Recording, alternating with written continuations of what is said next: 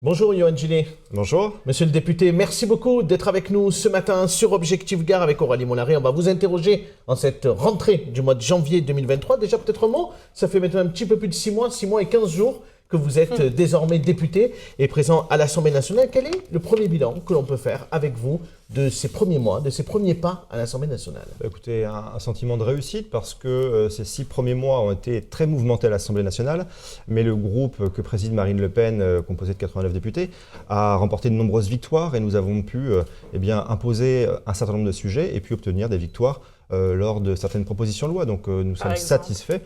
Nous avons par exemple réussi à obtenir lors de l'une des premières propositions de loi qui était relative au pouvoir d'achat, à imposer au gouvernement qui n'en voulait pas une aide par exemple pour les ménages qui se chauffent au fioul. Ce n'était pas prévu, nous avons réussi à l'obtenir. Donc il y a eu de mémoire 300 millions d'euros qui ont été dédiés à cette aide pour les particuliers qui se chauffent au fioul parce qu'ils avaient été totalement oubliés par le gouvernement. Donc c'est l'une des victoires par exemple qu'il y a eu.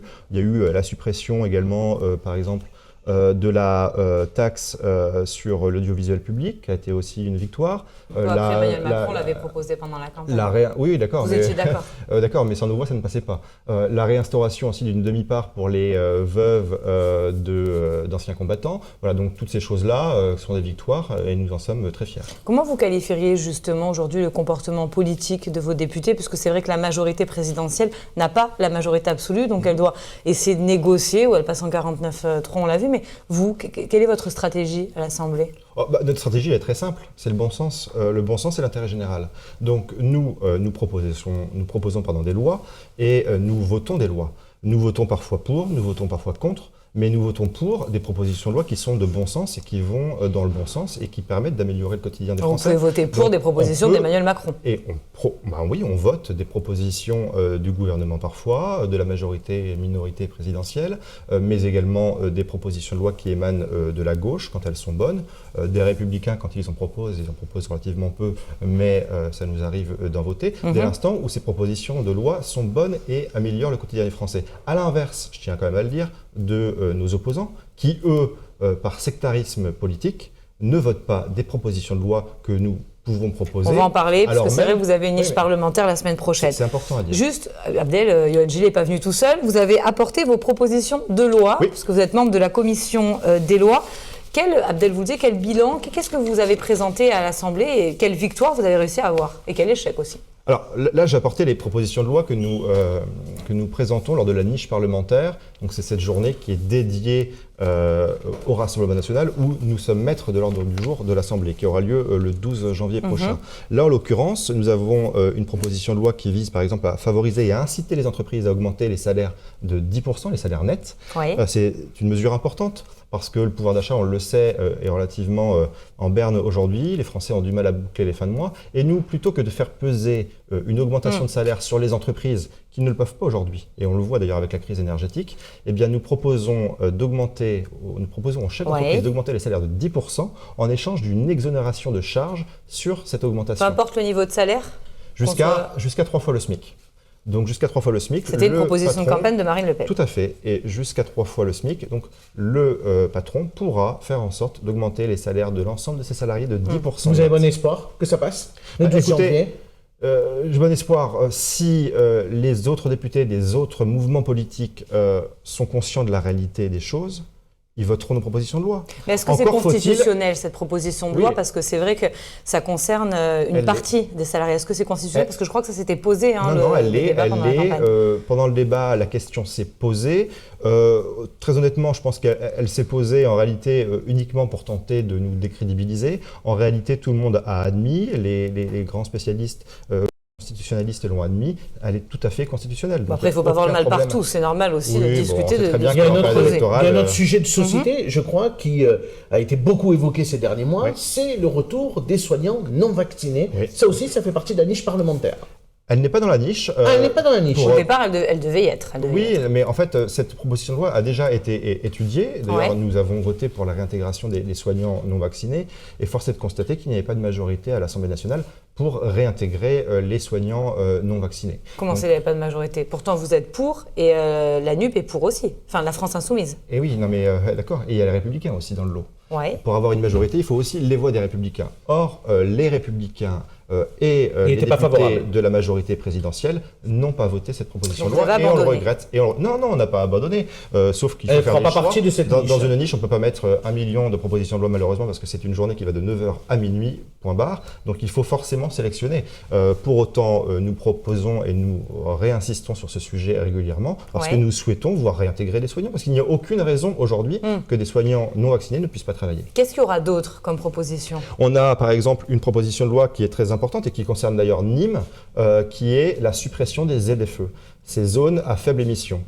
C'est une loi qui a été votée en 2019 et qui interdit sur toutes les agglomérations de plus de 150 000 habitants les véhicules avec des vignettes critères 3, 4 et 5. Autrement dit, c'est 40% du parc automobile français qui serait interdit dans les grandes villes et les grandes 40%. métropoles. 40%. D'où C'est vous le tenez, ce considérable. chiffre? C'est un rapport officiel qu'il y a eu il y a quelques mois, qui est sorti je crois au mois d'août ou au mois de septembre, qui fait état D'ailleurs, de c'est le 40% député des Pierre véhicules. Merin qui fait partie C'est du Pierre groupe de Merin, travail. mon collègue Ardois, effectivement, Rassemblement National, qui a présenté cette proposition de loi que nous avons tous co-signée avec lui, parce que c'est important, il faut avoir conscience que 40% des véhicules ne pourront plus, à partir du 1er janvier 2024, rentrer dans une ville comme Nîmes, par exemple. Alors même qu'aujourd'hui, les Français ont du mal à boucler leur fin de mois. Donc on dit aux Français, il faut changer de voiture à tout prix. Sauf que les Français aujourd'hui n'arrivent même plus à se chauffer ni à manger à leur faim. Mais est-ce que votre proposition est la bonne? Parce qu'on voit quand même les effets du dérèglement climatique, on voit quand même que ça touche les ménages les plus modestes. Est-ce qu'il ne faudrait pas plutôt proposer une loi pour aider les ménages à changer de voiture plutôt que dire finalement cette interdiction, on va la supprimer? C'est exactement ce que l'on fait, Coralie. En l'occurrence, nous, on est contre cette loi parce qu'elle dit juste voiture interdite à partir de telle date. Or, nous pensons qu'il faut aider les ménages à pouvoir changer de voiture. Or, les dispositifs qu'il y a aujourd'hui ne permettent pas à ces Français de pouvoir changer de voiture. D'ailleurs, il y a une étude qui est sortie le mois dernier qui montre que 36% des foyers qui sont concernés par cette interdiction de rouler avec leur voiture dans les grandes villes n'auront pas les moyens de changer de véhicule d'ici là. Donc on fait comment? Ces gens-là, ils font quoi? Comment ils font pour aller travailler? Comment ils font pour aller amener leurs enfants à l'école? Comment ils font pour aller à l'hôpital? Est-ce qu'il ne faut pas quand même, public? est-ce qu'il ne faut pas, on le voit, et d'ailleurs Nîmes, vous parliez tout à l'heure de Nîmes, on le voit, c'est très prégnant chez nous, les problématiques risques liés au climat. Est-ce qu'à un moment donné, il ne faut pas passer par ces interdictions? Est-ce qu'il ne faut pas passer à un moment donné par cette prise de conscience obligatoire auprès des Français pour que ça agisse réellement? Non, parce qu'on tient tous à notre planète et on tient tous à ce qu'elle puisse durer c'est pas dans le cas temps. depuis 30 ans. Les actions politiques n'ont rien montré depuis 30 ans. Mais évidemment parce qu'on a toujours fait du répressif. Et c'est ce que propose le gouvernement avec ces ZFE. Alors qu'il faut plutôt faire de l'incitatif et aider les Français à pouvoir changer de véhicule, à mieux se chauffer, à mieux faire en sorte que leur logement soit bien isolé. Il faut aider les ménages français. On ne peut pas tout le temps taper sur les mêmes parce qu'en l'occurrence, cette loi ZFE, elle passe uniquement encore par le fait de taper sur les ménages les plus modestes qui ne peuvent pas changer de véhicule. Juste pour clore cette étape sur la niche parlementaire, comment vous comptez faire accepter ces propositions de loi? Parce qu'on sait que vous n'avez pas de majorité, on n'est que 89 députés. Mais tout simplement parce que nous sommes tous élus, quelle que soit notre étiquette politique, pour servir la France et les Français. Et en l'occurrence, on demandera un certain nombre de votes publics pour que les votes soient bien enregistrés et consultables par chacun. Et donc, à chaque député, en son âme et conscience, d'avoir un vote qui soit logique et qui réponde aux demandes des électeurs des 577 circonscriptions françaises. Ça veut dire que c'est mission impossible. Non, pas du tout. Moi, je vous Comment vous allez la chercher, cette majorité? Vous l'avez dit, donc d'augmenter les salaires de 10%, de supprimer les ZFE. On propose aussi une loi très intéressante. Ce que vous avez proposé, on a compris. Mais comment convaincre les députés LR ou FI Mais par le bon sens. On propose également. Le bon sens, ça veut rien dire. Ce qui est le bon sens pour vous et le bon sens pour un député, c'est pas le même sens, c'est pas la même idéologie. D'inscrire dans la loi le fait que les députés qui ont déjà le droit aujourd'hui d'aller dans un certain nombre de lieux qui sont des lieux comme par exemple les prisons pour aller tout simplement surveiller les choses, et bien aussi de faire en sorte que les parlementaires puissent aller visiter par surprise un EHPAD, par exemple, avec Oui. tous les scandales qu'il y a eu dernièrement. on comprend vos propositions de loi. On aimerait, les gardos aimeraient savoir on comment propose elles peuvent être également, et acceptées, ça j'y ces tiens énormément, propositions. d'instituer une présomption de D'accord. légitime défense pour nos forces de l'ordre. C'est des mesures de bon sens qu'attendent les Français.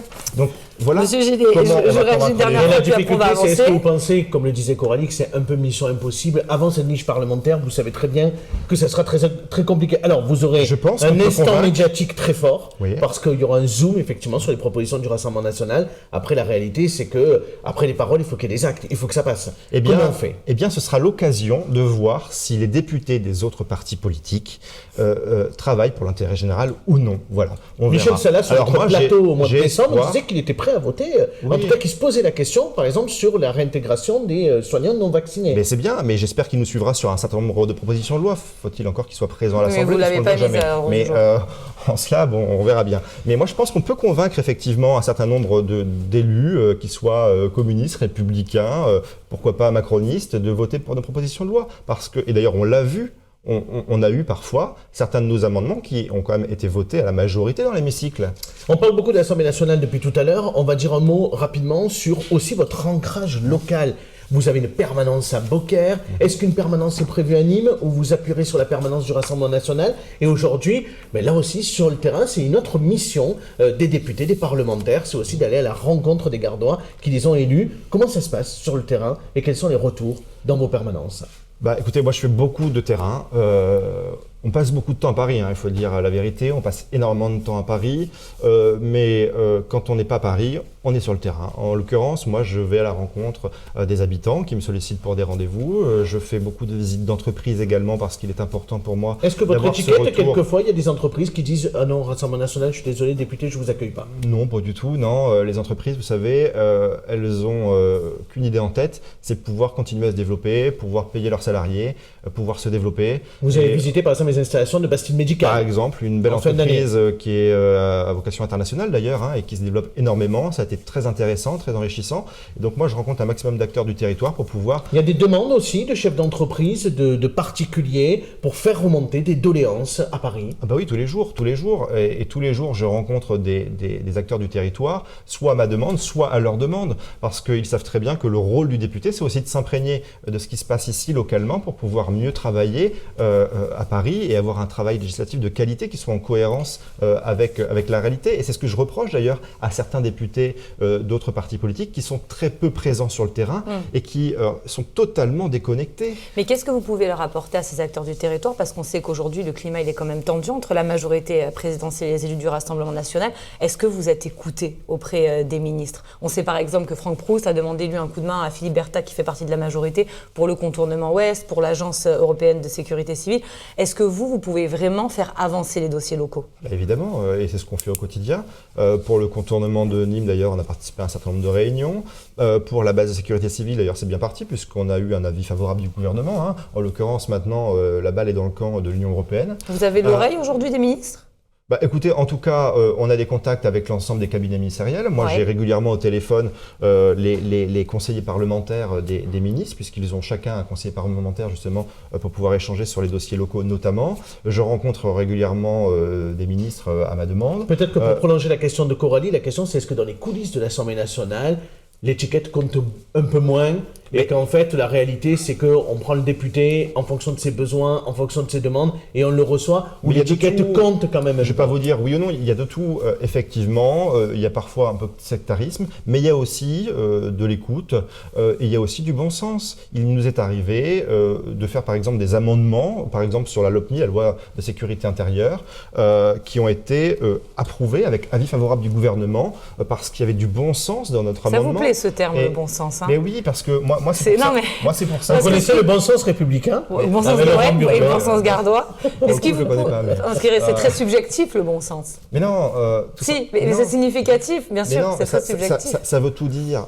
Et Moi- rien dire à la fois. Moi, je fais de la politique pour ça. Moi, je fais de la politique pour pouvoir faire approuver des mesures de bon sens qu'attendent les Français. Alors, Marine La Le Pen, mesure de bon sens, en un c'est quoi mot. C'est une mesure qui améliore le quotidien des Français et qui est attendue par les Français. Et en l'occurrence, quand on fait de la politique, on le fait pour représenter les Français. Et c'est ce qu'oublient beaucoup de politiques. Marine Le Pen a décidé de repartir un peu en tournée en France, de faire le tour des territoires. Est-ce qu'elle viendra à Nîmes, dans le Gard? Est-ce que c'est prévu? Elle viendra, je n'ai pas de date à vous donner, mais évidemment, elle viendra. Elle fera, et comme elle le fait depuis des années, une tournée de Est-ce tous que les c'est pas un peu territoires. trop tôt de relancer la campagne présidentielle de 2027? Je ne crois pas qu'elle relance la campagne présidentielle, elle est simplement égale à elle-même, c'est-à-dire présente sur le terrain, elle va à la rencontre des Français depuis des années, qu'on soit en campagne ou hors campagne, elle a toujours fait ça. C'est comme ça aussi qu'elle fait sa force, parce qu'elle est consciente de la réalité des Français. Mais elle s'était un peu rencontre enfermée énormément. dans ce rôle de parlementaire. Non, ce n'était pas renfermé, mais effectivement, les 6 premiers mois du mandat ont été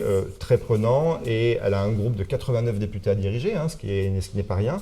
Et donc forcément, il y a eu un gros travail parlementaire, ce qui ne l'empêche pas d'être présente sur le terrain. Alors, c'est peut-être pas la présidentielle qu'elle prépare, c'est une éventuelle dissolution de l'Assemblée nationale, non, partant sur le terrain. Écoutez, dissolution, De pas nouvelles dissolution, élections législatives. on verra bien, j'ai envie de dire peu importe. Aujourd'hui, on est 89, s'il y a dissolution, eh bien tant mieux, on sera peut-être 150, 200, 300. Ça, c'est pas dit. On verra. Merci beaucoup, Yohann Gillet, Merci à monsieur vous. le député. Merci d'avoir été avec nous ce matin sur Objectif Gare.